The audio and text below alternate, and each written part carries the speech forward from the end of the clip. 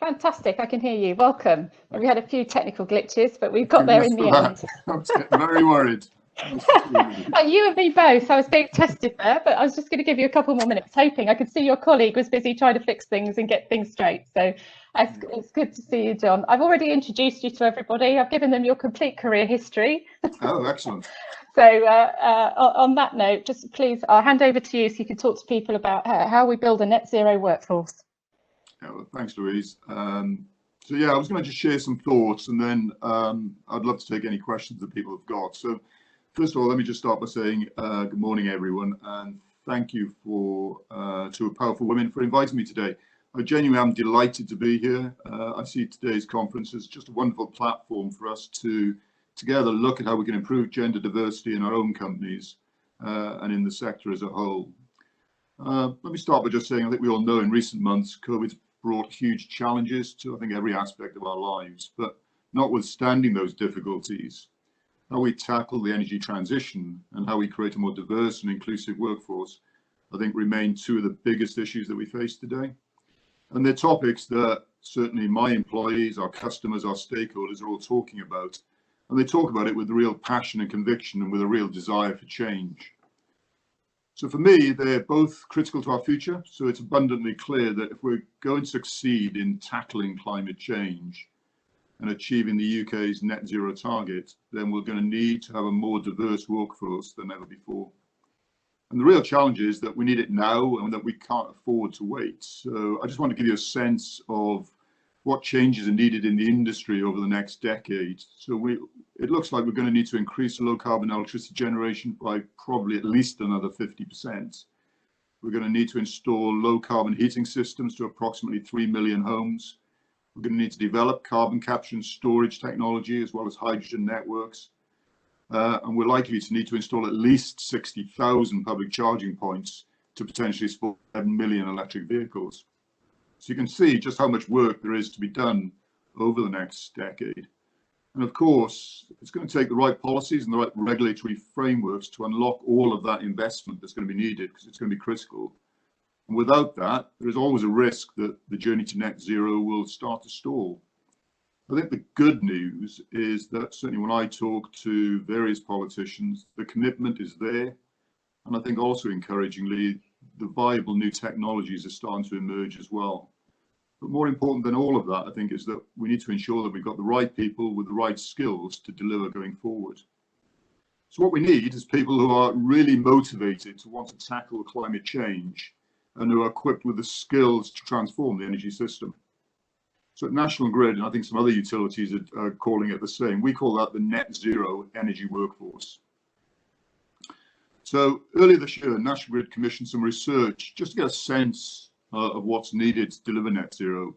And what it showed was that the UK energy sector would need around 400,000 new jobs if it's to meet the target to deliver net zero emissions by 2050. So 400,000 is just a huge number. So let's just break that down. If you just look at the next decade, based on the research that we did, by 2030, our sector is going to need to recruit about 117,000 jobs just to keep up with the pace of change. And it's going to include jobs such as civil and mechanical engineering. It's going to require data analysts, machine learning experts, the full range of trade people. So it's going to require a broad range and a diverse set of skills as we move forward. And some of them will be the more traditional roles that most people are familiar with, but we're going to need new skills as well. So for example, I'm starting to think about people who can design a rapid charging infrastructure that we're going to need in the UK to support electric vehicles. We're going to need people who can use machine learning to predict how weather will impact on solar and wind power production. And we're going to need people who can do the research and assess and develop the ideas that we're going to need so we can switch to greener ways to heat all of our homes. So I hope you'll agree that it's quite a daunting set of changes that we have as an industry as we move forward. I think the good news is that people are increasingly motivated to take jobs where there's a real sense of purpose. And I think the really great thing about the energy sector is that we have a clear mission at our heart and a clear purpose. So some of the other research that we've done shows that over 3/4 of UK adults want to play a part in reaching the UK's net zero goal. And over half want to work for an organisation that helps us to get there. So we've got a great platform. in which to make these changes.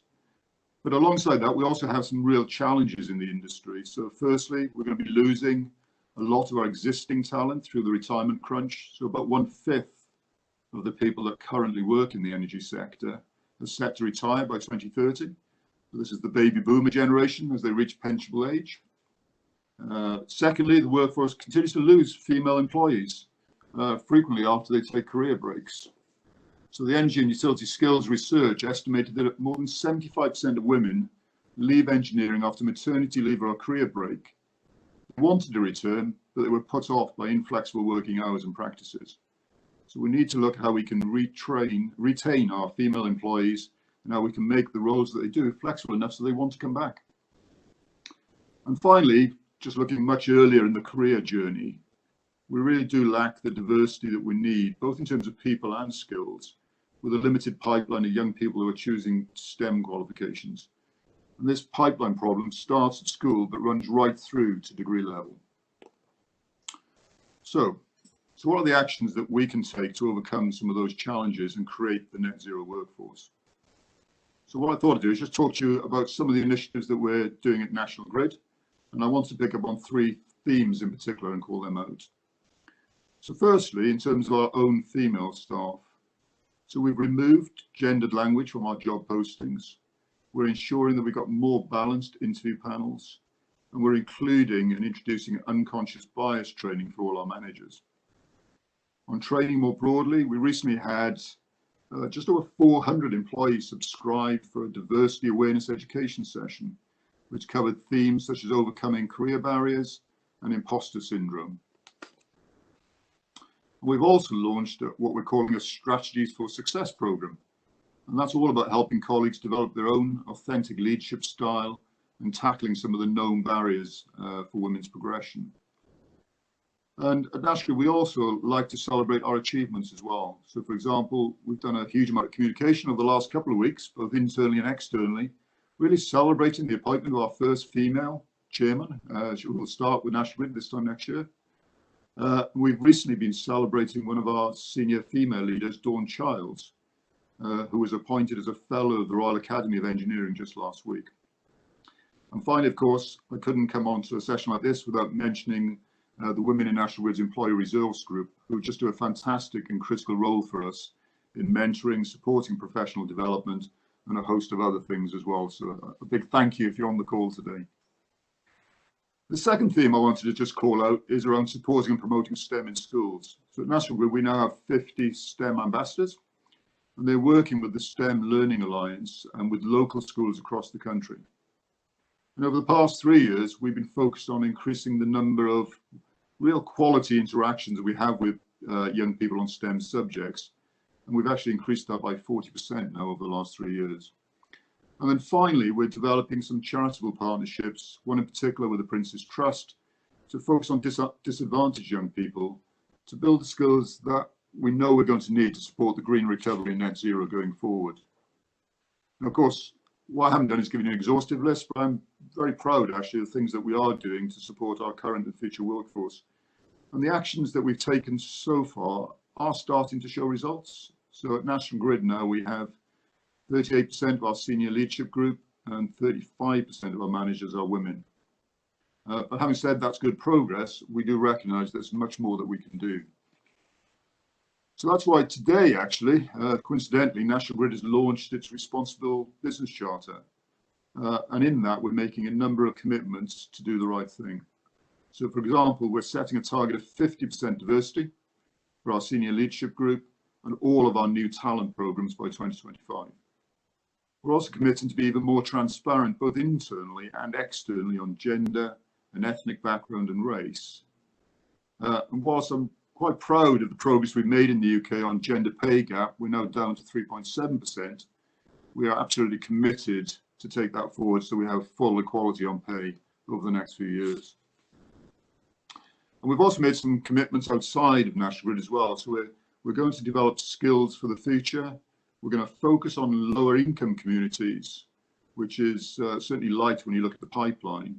And our aim is to provide access to skills development to 45,000 people by 2030. We're also going to deliver 100,000 employee volunteer hours by 2030. So it's about 4 times what we do today. And that's through volunteering with our employees. Our aim is to equip the next generation to participate in the clean energy transition. And going forward, we're going to hold ourselves to account, both on the targets and commitments that we're setting. So we're going to issue a report every year. We're going to call it the Responsible Business Report. It's going to come out with our annual report, and it's going to talk about the progress we've made each year. So, of course, you know, when I reflect on my own organisation, we certainly don't have all the answers, and that's why events like today are so important. Because if the whole industry can work together, we can learn from each other and share the lessons and actually make progress much faster. It's through industry-wide initiatives like Power for Women and the learning and gender diversity action plans that we create that's going to make possible the energy systems of tomorrow. So that's all I was going to say, Louise. It's by way of remarks, but I'll happily take any questions. Thanks very much, John. Thank you. And you know, some stunning numbers in there actually. That a couple of which I'll touch on in a second because they really struck me. And I've got a few questions in mind, and I'm just going to remind the audience that if you want to post a question to John, just pop it into the Q&A, and I'll try and raise it with him and keep one eye on that too. But just, you know, first of all, that we've had this discussion, and we had this discussion, we touched it this morning in the Energy Leaders Coalition meeting, talking about the pandemic and the recession and everything that companies and their people are experiencing. And you've just explained the need for all of the transformation that we need, both in traditional roles, but also in creating new roles too, baby boomers retiring and so on.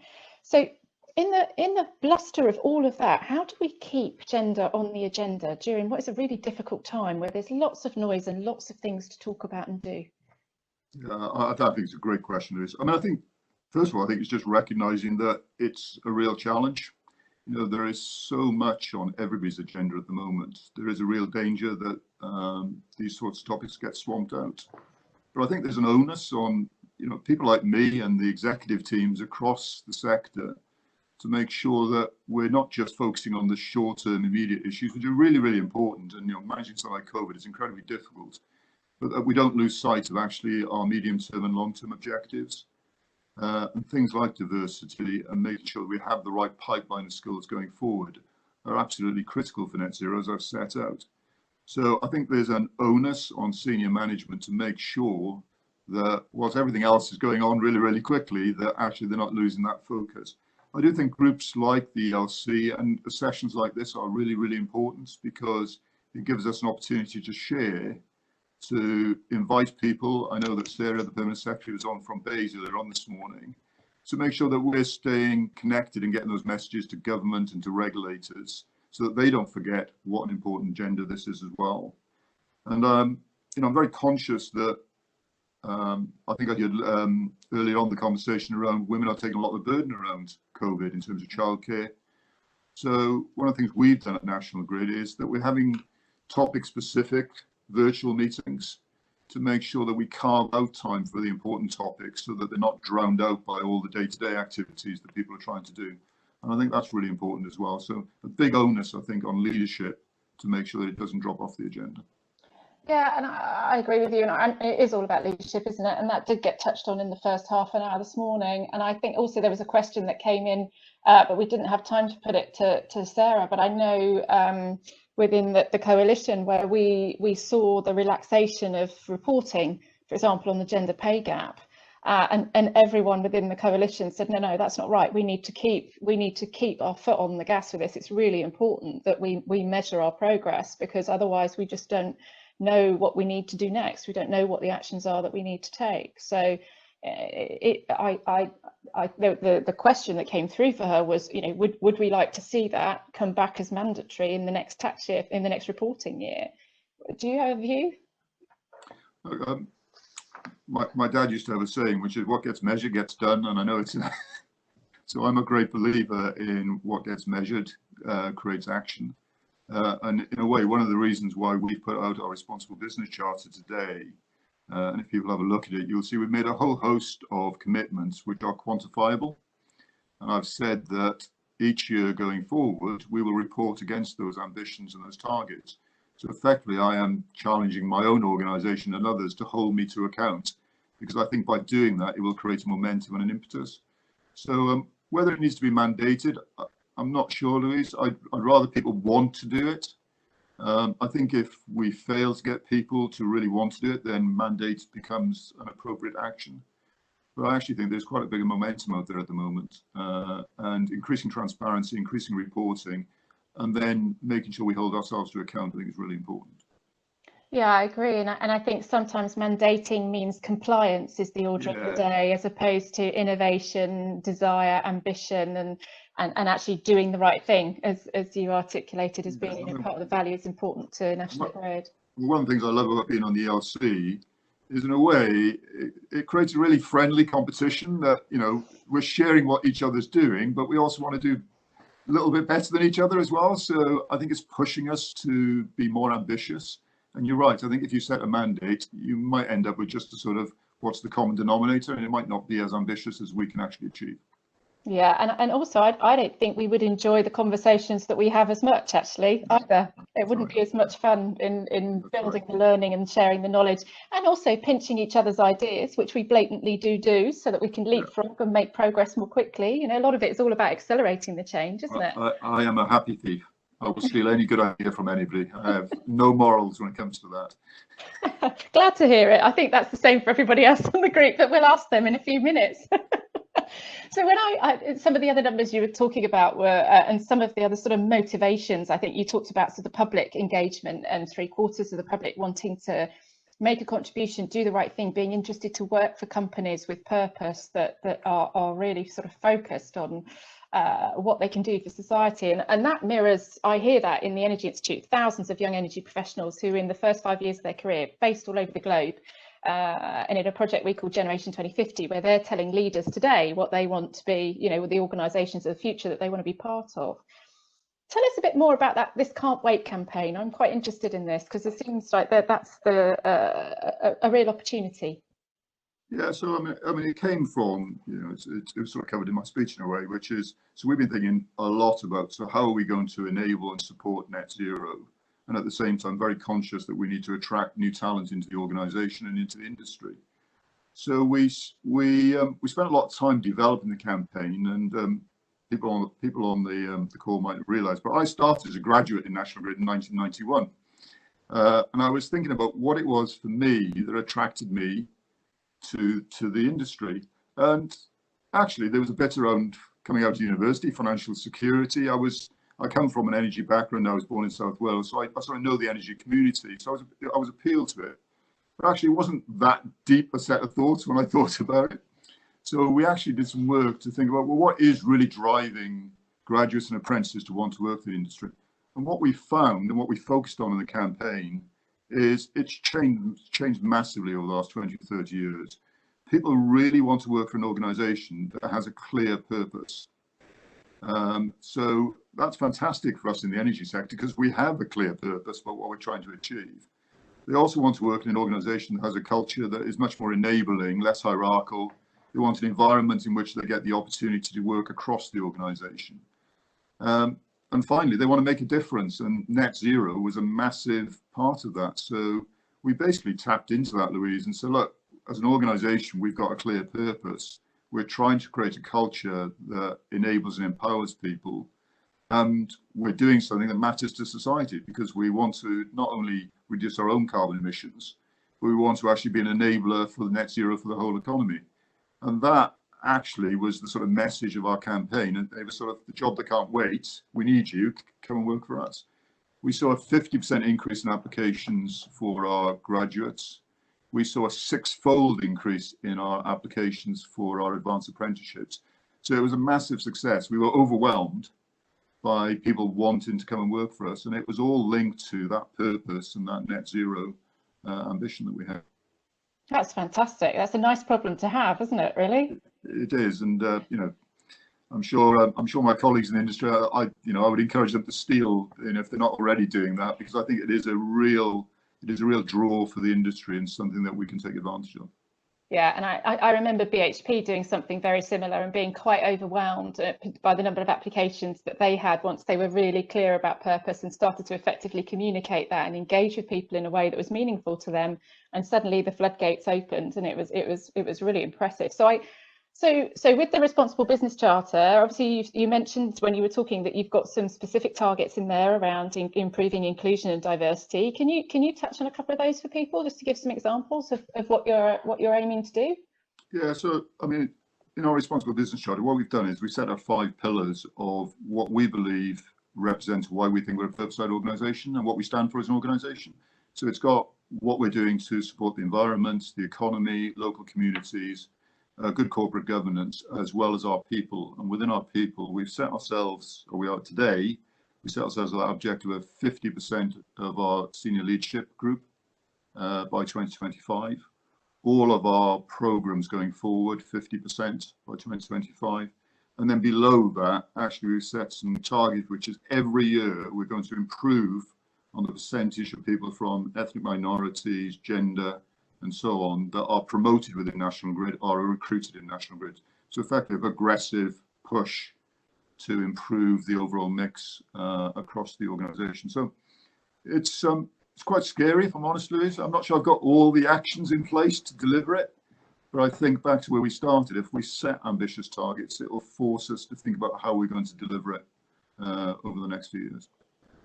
I think that's right, and I think there's something about leadership in this agenda and many other challenges that we have where bravery is important. Bravery and ambition is just as important, if not more so, than always necessarily having all of the answers in place. And I think one of the things we've learned by doing the work in the coalition is that there's a lot of learning along the way, isn't there? You know, it's perfection is the enemy of the good is one here, I think, and I completely understand sensitivity around making mistakes in this area and being sort of aware of possibly making things worse, but I think we've moved on from that now as a sector. I think we don't need to feel wary about starting the conversation now. It's really important. So what advice would you give to women that are listening to the presentations this morning to ensure that they are part of this success? So I thought you might ask me that. And my first reaction to that is, who am I to give women advice? You know, I'm a 51-year-old man. So I was going to, my initial reaction was to throw it back to you, Louise. But actually, last night I was having a meeting with one of my non-executive directors, who's also, she's the chair of a FTSE 100 company, and she's had a massively successful career. So I mentioned that I was doing this session today, and I asked her what her advice would be. And she gave me 2 pieces of advice. She said she was happy for me to share with the people on the call. The first was, if you're starting your career, don't be afraid to take those big operational roles. You know, have the confidence to do that. If you stand back and look at where women are in our industry, quite often they're in the functions rather than the big operational roles. So her advice would be, don't be afraid to take those big P&L roles. You have the capability to do it, which I thought was really great advice. The second one, which I think is okay for me to say, given it came from Therese, who's my non-exec director, which is make sure you've got a really good partner to support you in your career. She found that massively important, and she said having someone who supports you at home enables your career massively. So those are the 2 pieces of advice that she suggested I share. I think that Therese has given you great advice, and if you'd have batted the question back to me, I would have said always say yes to the opportunity, which I think is very similar to her first point. And I completely agree with you, whether it's a partner or it's just a variety of people that can be your support network, and particularly if you're also a mum or a carer or you've got other responsibilities. You know, all of us wear many hats in life. And so a strong support network is really, really important. And I do think it makes it incredibly difficult to rise, certainly to the top of organisations, even with some of the progressive things that are happening now, if you don't have that. So I think she gave you really good advice. I think you can keep using that. Perfectly fine. She's a very smart woman. Clearly. John, listen, thank you ever so much for making time to join the conference this morning and giving some insight into the work that National Grid's doing. Good luck with the launch of the Charter. I hope it gets lots of attention, and good luck in meeting some of those ambitions you set yourself. It sounds like great work. Thank you ever so much for joining us. Thanks, Louise.